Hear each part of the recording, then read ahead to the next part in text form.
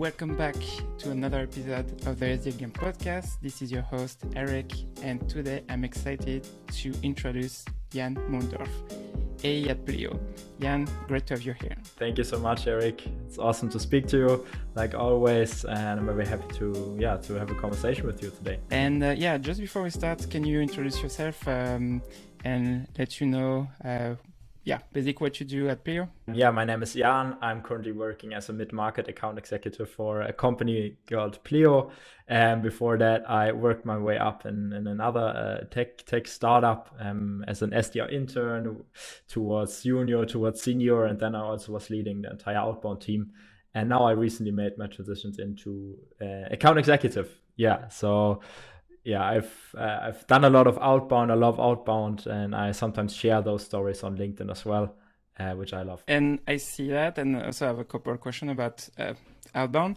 But before we go on talking about outbound prospecting, I had a question because you just mentioned that you were working as an SDR and then also team lead, and now you're an AE. So I'm super curious to know why did you make the move from the SDR team now to a closing role? Thank you so much, Eric, for that question. And I've been thinking about it about a year because I really love working with SDRs, and that's a big passion of mine. But just for me personally, I have to go to completely understand the buying journey, to understand the prospect from cold to actually becoming a client. And what better way to actually understand that fully is than to also work in a role where you're not only attracting new clients, and also like putting them through a demo, a negotiation, and then converting them into happy clients. So this was really a personal decision for myself to have a full understanding of the entire sales cycle. And then just figure out if I even like it more, or if I like it less, to also work with closing and negotiation. So that's why I decided to move into a closing role and understand the full sales cycle. But you just mentioned that you don't know yet, but I imagine, do you want to be in SDR leadership later again? So now that you have also the full background on the sales cycle, you don't know yet, and we'll see in a few years. Yeah, I think, I'm still at the super beginning of my career. I sometimes feel like a kid. So I'm just figuring it out. There are pros and cons on both sides. So it's hard to say, but I can really see that I love working in team and collaborating that. But you can do this on both sides. So it's still a bit too early for me to decide, and you probably don't need to decide. But it's just a super interesting learning period that I have right now at a great company that invests a lot in myself. So I'm just being a bit selfish right now and trying to work on myself as much as I can before going back and also sharing this with other team members. And I have a question for listeners for people who are going to watch this video. So what are the 3 tips you can give to someone SDR want to be an AE? I think first of all is to really find a manager and a champion that can work together with you on the progression plan, to make that super clear what your career path could be, and then identify the things that you need to do to get there. So I did that at the beginning of last year. So last year in winter, I already went up to my boss back then and said, like, listen, like by the end of the year, I would love to become an account executive. What are the things that I need to do or we need to do to get me there? So identify that person that can help you with that, and then build those keystones that you have so that you have clear goals. That's tip number 1. Before you go to tip 2, when you say identify the person, can be your manager, or could be someone else, or way of thinking about? Yeah, I mean, ideally it is your SDR manager at that stage, right? But it could also be that you work together on this with another account executive, right, to help you get accelerate. But it's like an internal sales cycle where you need to identify the right decision makers to be able to make your decisions. So it's already good training there.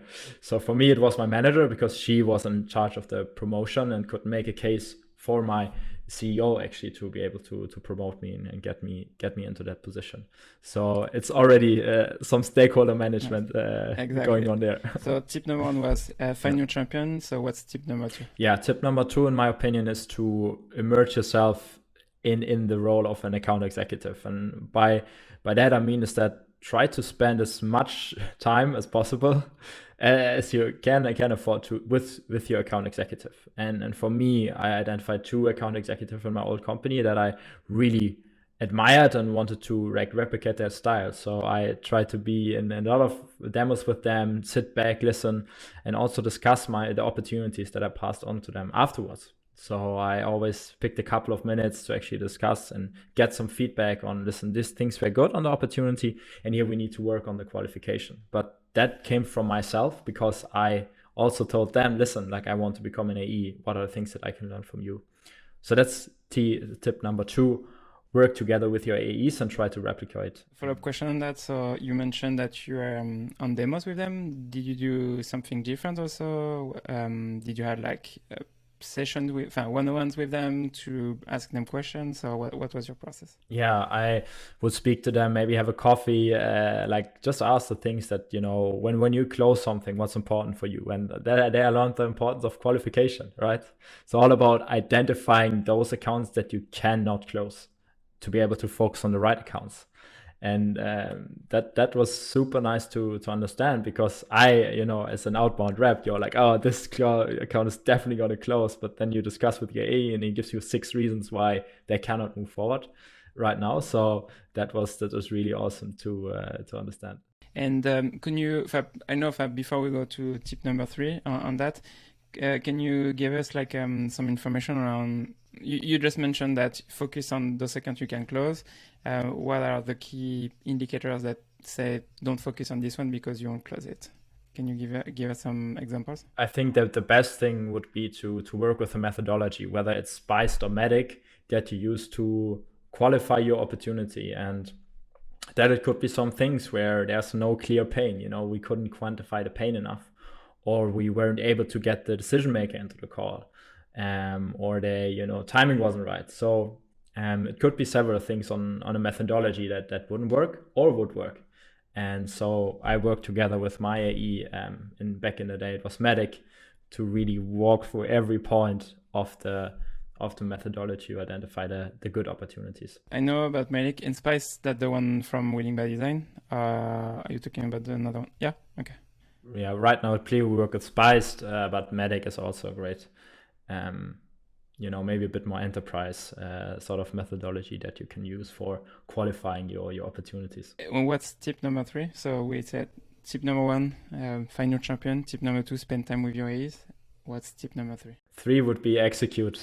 Execute. You can make the best plans in the world, and you can talk as much as you can with your like idol in the company. You need to be able to execute on those things, and that starts by being coachable. Like if your AE tells you things you want to change, and gives you feedback on that, you can either take it as like personal offense, or you can actually start learning from it and appreciate that.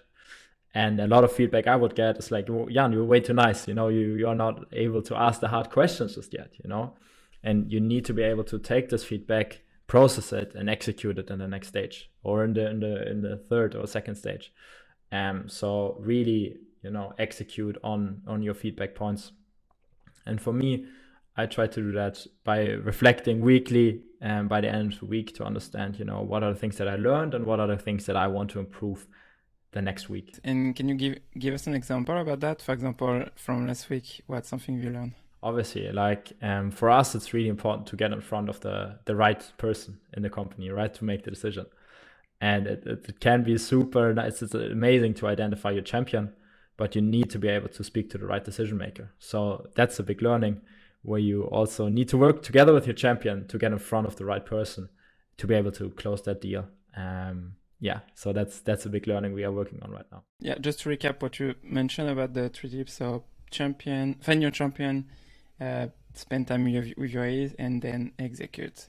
On top of that, is it something you wish you knew that you know right now when you've started as an AE? As an SDR, you always think that AE land is the best land you can be. And now as an account executive, you think, oh, maybe SDR land was also nice. So just be thoughtful with yourself while you are in the SDR role, that you learn a lot and take yourself time to actually master that craft that you're learning right now. Because everybody wants to rush out of that Yeah. role, but it sets you up for anything you want to do in life. And I think one big learning that I would give to other people is that, like, really try to nail down the SDR role, because it really helps and benefits you moving forward in the role. So I'm very happy that I spent nearly 18 months in an SDR role, and then also in a team role, because I learned so much, and I didn't want to miss that in my current role right now. Yeah, so don't rush yourself and really learn as much as you can. Sometimes people, when they're on the SDR job, they want to escape from it instead of embracing it and learning what they need to learn about the role, because what they don't realize sometimes it's they think SDR is not the best job on the team because, oh yeah, that's just prospecting. But the skills you are going to learn as an SDR, they are going to help you as an AE, and that's something we're going to talk about after, because I want to talk about how you're currently prospecting as an AE at Pleo. But thinking about that, being an SDR is going to help you right now obviously in your career, but also in your AE role, or if you want to be in another position, because the skills as an SDR are super important. And take pride in the role, like you need to take pride in your role. I think as an SDR, you are the first point of contact for every company. That's the first thing that they hear about you, and take pride in it, because your entire company is dependent on that. You are the lifeblood of the company, and that's an amazing place to be in and to start your career. That's something I've listened to. You mentioned that I don't remember the name of the podcast because I didn't take note on that, but what you mentioned on the episode, it's something you would like to see more about SDR is having SDR adding their personality, being human in the outreach. What do you think we can do, maybe as leaders, or from your perspective, what do you think we could do to change that? Yeah, I think it starts with just acknowledging that we are only human. We are not like a title or a tenor or experience. Yes, these are all things that shape us as a person, but in the end, people buy from people, and whether you're an SDR or VP, that doesn't really matter, because we both have a thing to say, and we have a lot of expertise in the field.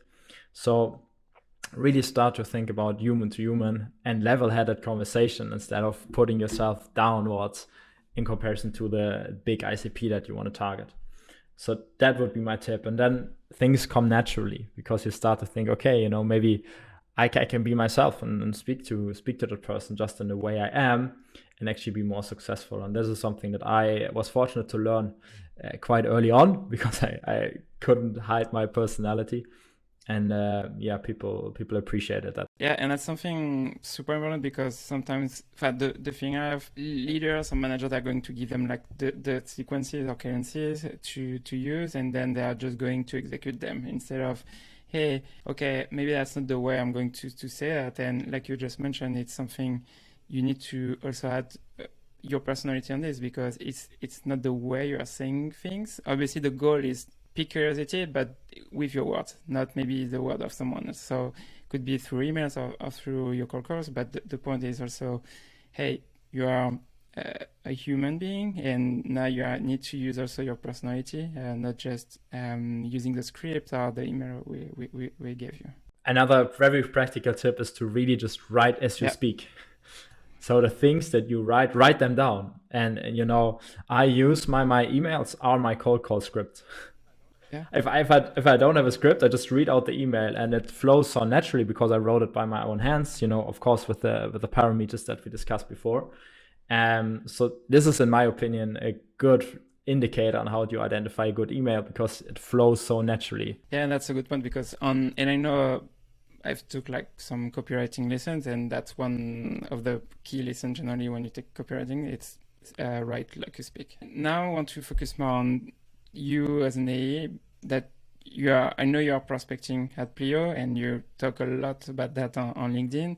So what was your first month as Pleo with the prospecting activities? Meaning that I know at your previous job at Albracos, it was more focusing on marketing personas, and at Pleo, I imagine it's a different persona. So it's more about working with financial personas. So what was your process making the transition to Pleo? Yeah, I mean, it's always work in progress. So the main focus was to really understand the persona and like executing highest activity as possible to be able to speak to as many clients as you can to learn very fast. So focuses a lot on calling because that's where you get the immediate feedback on your ICP, and this can start by calling quite some inbound leads. You can start calling some close lost leads to just understand where the things are going. So maybe don't start with the hardest ones you can get, but start a bit softer and then work your way through what's into those super cold accounts that never have heard from you before. So these were my strategies. And another thing is, we use conversation intelligence software, which helps us to listen to a lot of calls, and that's really, really helpful as well because it gives us the ability to learn from the knowledge that we already have in the company, because we speak to thousands of clients every day. Are you doing something else also on top of that to learn more about your personas? Yeah, for me, I'm really starting to become an expert in the fintech field. So I listen to a lot of podcasts. So this really helps me to understand what's hot in the field. Reading some case studies as well. From the competitors, from ourselves, get into all the newsletters of the competition to just see what they are doing and start to speak their lingo. So this is like some other practical things you can do to become an industry expert. All the examples you gave us here, because I think that's something sometimes in my previous companies here, Chilipa, it's a bit different, I think, but in my previous jobs, it's all about, hey, you need to prospect like this, and you skip the training on personas. You don't know the main challenges they have, or you don't know how your products can solve their challenges, actually. And I think that's always so helpful to have this first before talking about prospecting. Just, hey, what's your script for your call? Because now it's first you need to understand your personas. And what you just mentioned here, cold calling, that's great because, well, you have the direct feedback from prospect on the call. Then you had also watching the demos, and I think here you have also great information. And then what you mentioned also listening to podcasts, and because like you said, I think you are trying to learn about personas, but also it's when, for example, I imagine if you've never done the job of a CFO at a startup or another company, so you need to learn their challenges. So. Yeah, no, another thing is that we just spoke internally to our CFO, and she explained us everything about how CFO thinks right now in a hypergrowth company, because we actually target those companies as well. So that's another tip, like use your internal resources. And the third one, which I just did, we have a big client base. So we just scheduled like a dinner or a lunch with our top customers and just spoke to them and asked them, like, why did you buy Pleo? Why didn't you apply Pleo? What do you like about it? And so forth. And to just build a natural lingo for what's going on. So that's also a tip if you are fortunate enough to have clients that actually want to speak to you about your product. Having the balance of those four or five ways, different ways to have feedback about your persona, I think that's great because you can do a mix of everything, and also you have a better understanding on, like you mentioned, about your CFO, for example, her day-to-day, for example. When you think about being really good at prospecting, it's always start with personas, and also the companies. Is the company a good fit or not? But personas are a really good point. You started with personas, so you mentioned cold calling, and then you've done everything like that. So what was also another, I would say, project, but what did you focus on also after your personas? Then it were the things that you maybe split down a bit more. Like I work with a specific ICP, so their tool stack is very important for us because we know that's a blocker from implementing a tool like that. So I just called the vendors that actually do like work with their software to understand if we can actually integrate. So it's like pioneering work on that as well, because you need to understand the tool stack land to be able to actually be a trusted advisor, what we try to do. And we didn't have documentation on that so far. So we just spoke to them and said, like, listen, like I have a client that wants to integrate with you. How can we make that happen? So it's a lot of pioneer work as well.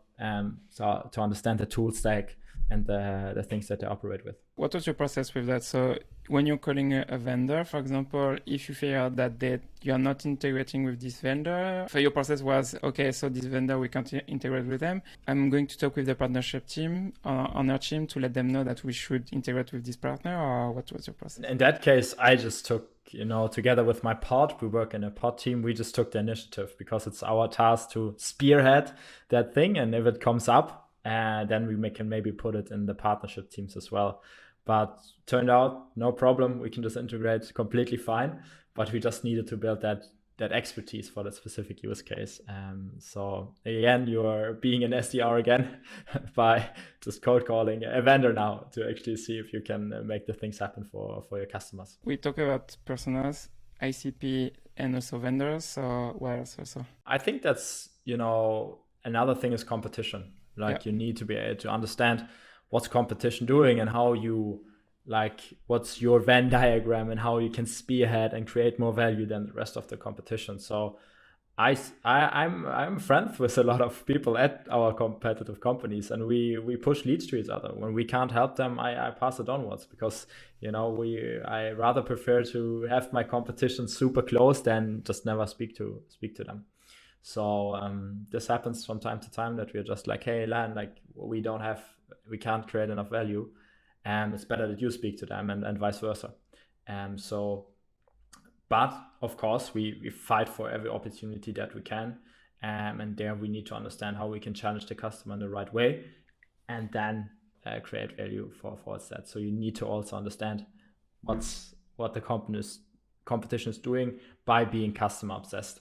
And I had a question also about one of your posts. Don't remember the date of your post, but what you mentioned, and I'm going to read it. So it's in your cold outreach, you need to answer 2 major questions. That's question number 1. Question number 2, why now?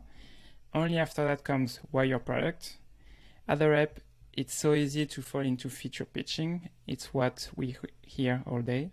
But most people don't care about your product, so make it all about them, not just you. What you do at. I think prospecting, it's really focused on first the problems you can solve with your solution, obviously, but also picking your prospect curiosity and why. Exactly. Also. How do you do that, for example? Yeah, Eric, that's awesome, and that's actually a question our team asks us every day. I'm just coming out of the 101 on the startup, and we go through the opportunities, and it literally says why change, why now, and then why us, of course. And as a simple practice that I started to do, and that's a tip from 30 Minutes to President Club, is to don't open with your company specific opener, but problem specific opener on your cold calls. So hey, for example, hey Eric, nice to see you. I've seen you're a CFO at Chili Piper. I've been speaking to a lot of them recently in your industry, and what they usually say is that they have 3 problems, X, Y, and Z. Does that resonate with your world? And by that, I've never spoken about Pleo just yet. I just try to understand, why it makes sense to change, and why now things could be relevant. And after that, you of course try to put in Pleo, because we are the solution that addresses those problems. So try to go in with a problem-centric statement when you reach out to your customers or prospects. I think you already started to answer that, but so the 3 main problems you mentioned at the beginning of your call, are there 3 problems you can solve, or is it the main problems CFOs has in general? Or? I mean, Pleo basically solves one of the 3 biggest problems that we have, but we discuss them regularly in the team, and that's how we try to get into that. But this is such a difference in comparison to every other rep, because every other rep, or a lot of the reps, will go in hey, I'm calling from Pleo, we solve X, Y, and Z. And then you are again in that thing that I've done many times and still do, that I'm just talking about my own company and I'm not talking about their world and why it makes sense to switch, and why now the time has come to change. It's super difficult, but if you get into the rhythm of it, it actually starts to make sense, and you will see that you'll probably be able to book more demos and maybe also close more customers in the end. Yeah, exactly. And also the fact that you mentioned earlier about knowing about your persona, also having this conversation on that, it's easier for you because you already have context on the rest. You understand the world. Obviously, we, as an SDR or an AE, depending on which role you are right now, you never done the job of your prospect, but at least you understand their world. Exactly. And you can be open with that, especially in the beginning. It's better to not say anything. And I fall into the trap all the time where I just say things that I maybe shouldn't say. So just be silent, go back, answer the questions, and then come back instead of just putting out things that you actually cannot solve. Really try to immerse yourself in the customer world and give the answers that are helpful for them. Now I want to make a transition to not going to talk about prospecting anymore. It's more about your career, so self-development. So on one episode, I've listened that you have a mentor. That's something I'm also thinking about, to have a mentor right now, to obviously grow quicker in my career. So how did you get one, and when did you start thinking about getting a mentor to help you with your career? For me, my background is in field hockey, and I always had coaches, people that would coach me. Oh, okay. So It was super natural to me to also have a coach in my career. So I actually, from the beginning, I already had some in uni, these were like all the students that I really looked up to. What should I study? What should I do? Which company should I apply for? It felt natural to do the same with my professional career. And this just came with prospecting or like networking, actually, where I just put out the word and in my company and said, like, listen, I need someone externally that can help you with my decisions. And this is how I got introduced to like a couple of people that I try to meet on a regular basis, monthly, bi-weekly, maybe every quarter, just to see where I'm standing, what decisions I'm making, and how I should think about the challenges that I'm facing, because we're also stuck in our own world, in our own bubble, and that we sometimes need people to widen up the perspective like that. So I have some that I speak internally to at Pleo, but also externally to really get a nice bird's eye view on things that I need to work on and things that are also already going quite well. How many mentors do you have? It depends a bit. Like I speak to a lot of people regularly. But for me, I have 2 internally and 2, 3, 4 externally. And do you have 5, 6 in total? So do you have one for specific topics you want to cover? Of course. Yeah. Some people are more like career development. Some people are more practical advice, how to present pricing, for example. So it really depends. It's not super set and strict, but these are more people I really look up to, and they can guide me in the things that I'm doing. What are the failures that you have for later success? Do you have a favorite failures of yours? I fail all the time, every day. And I think that's just something you have to acknowledge, that nobody's perfect, and we make probably more mistakes than we make things right. And this is where we grow. At least I grow a lot, and you have to just see failure as a learning opportunity and grow from it. Yeah, there are a lot of things. Last week, I completely butchered pricing. When I presented pricing, I wasn't really prepared, and I should have done that better. But the next call, the day after, I just spoke to a rep of mine, a colleague, and he helped me present pricing better. And now we hopefully bring a deal in. So it's really every day you learn something new, and I try to consolidate all the learnings at the end of the week to reflect on those, to start into the next week and things you want to focus on and moving forward to that. So all the time, every day, and it's just part of the game. I think nobody's perfect, and just have to see failure more as a learning opportunity to grow. What advice would you give to a driven new SDR or someone who wants to start in tech sales? And what advice should they ignore? Oh, what advice should they ignore? First advice, get out of the SDR role as soon as possible. Ignore that. That's completely wrong. You should take yourself the time that you need to be successful in the role. And this can be 6 months, it can be 3 months, but it also can be 2 years or 3 years. Doesn't matter. You are the master of your own destiny, and you have to figure out by yourself which path you want to go. Nobody else can judge about that. A tip I would get, that it's ownership. You own the role. You are the owner of your territory. You own your own KPIs, and you own the intensity you want to speak to your clients. And that's the beauty of the role, that it's really about you. And you decide by yourself how successful you want to be. If you come to limits where you have bad leadership, where you don't feel motivated anymore, then it's also your ownership to move maybe forward, instead of talking bad about a company, because it's your responsibility and you have to own everything that you do. So tip: ownership. Ignore, get as fast as possible out of the role. Yeah, I love the ownership one, because that's, I think you're an SDR or you're an AE, you are in leadership role. I think ownership, you need to be owner of your team, you need to be owner on your results, you need to be owner of everything. And I think ownership, there is a great book about this. It's Taking Ownership by Jocko Willink. I don't know, did you read it? No, I haven't read it, but I have a very good friend of mine. He always speaks about ownership, and I couldn't agree more to it. So he's my book. No, but that's so good, because it's all, and if you think about sales, taking ownership is, you are an AE, an SDR. Oh yeah, my account list is not good. Yeah, but take ownership of your list and make it work.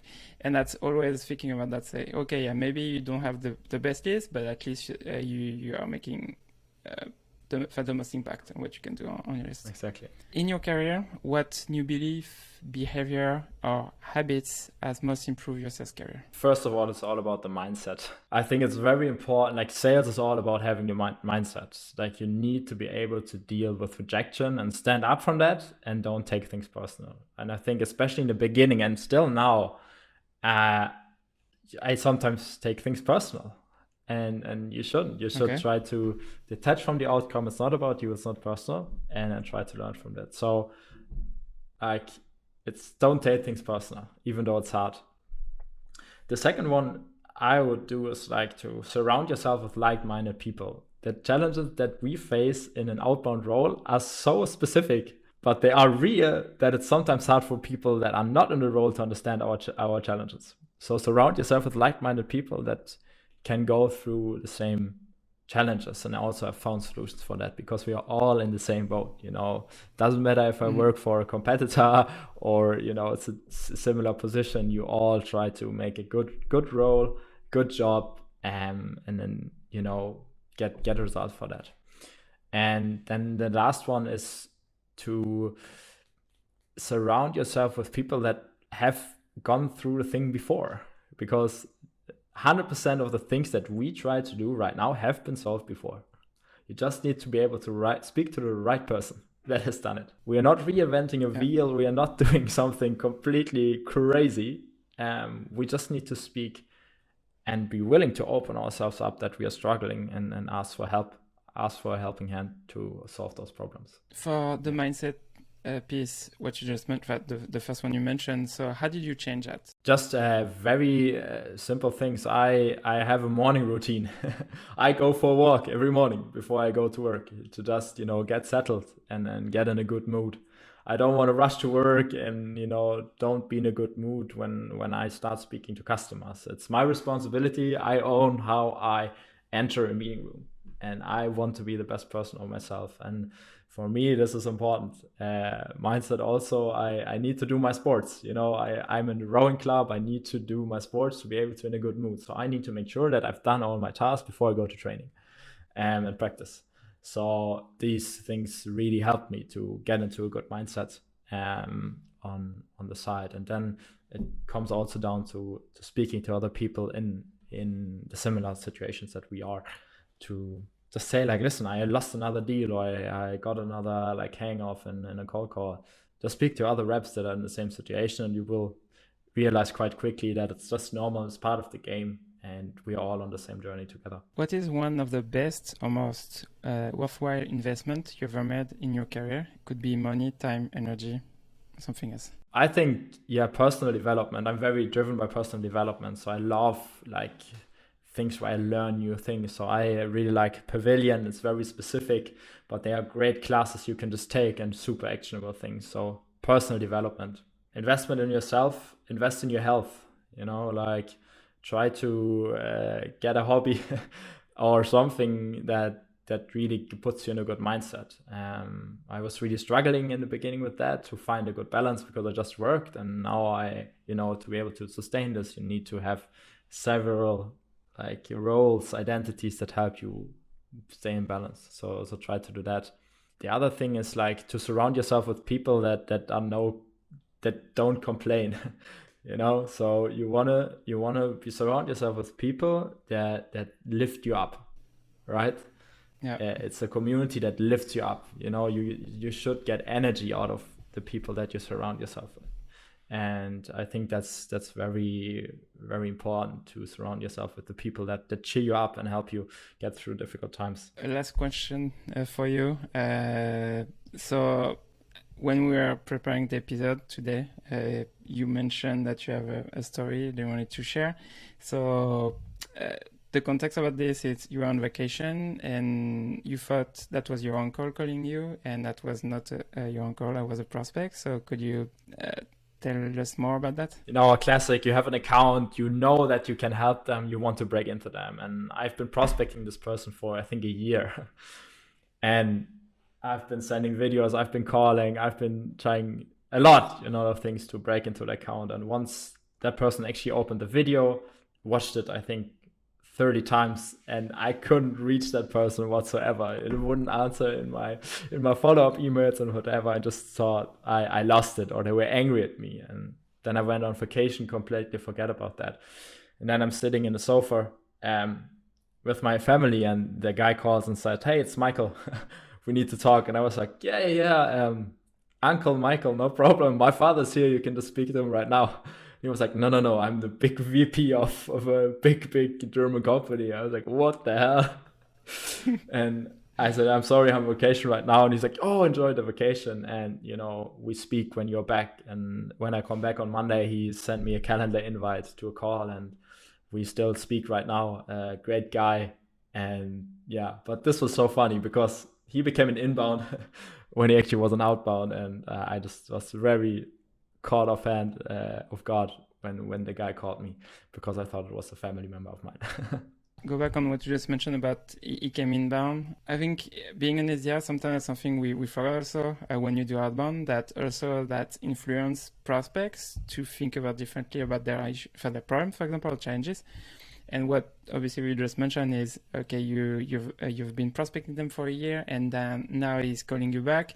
And so that means that all the work you've done paid off at the end because he called you back. So yeah, you maybe didn't reply to an email or to on the call, but he called you back, and now it's in process for you. So exactly, and they ended up becoming a client as well in record time then after the call. Nice. Yeah. So it paid off in the end. But it's all about timing and staying persistent in the outbound game. That was a great story I wanted to share with the audience. We are at the end of the episode, so Jan, thank you so much for your time and all the tips you shared today, because I think it's super helpful for sort of on the transition for people thinking about making the transition from the SDR role to being an AE. You gave a lot of good tips that they can use, so thanks so much. Thank you so much for having me.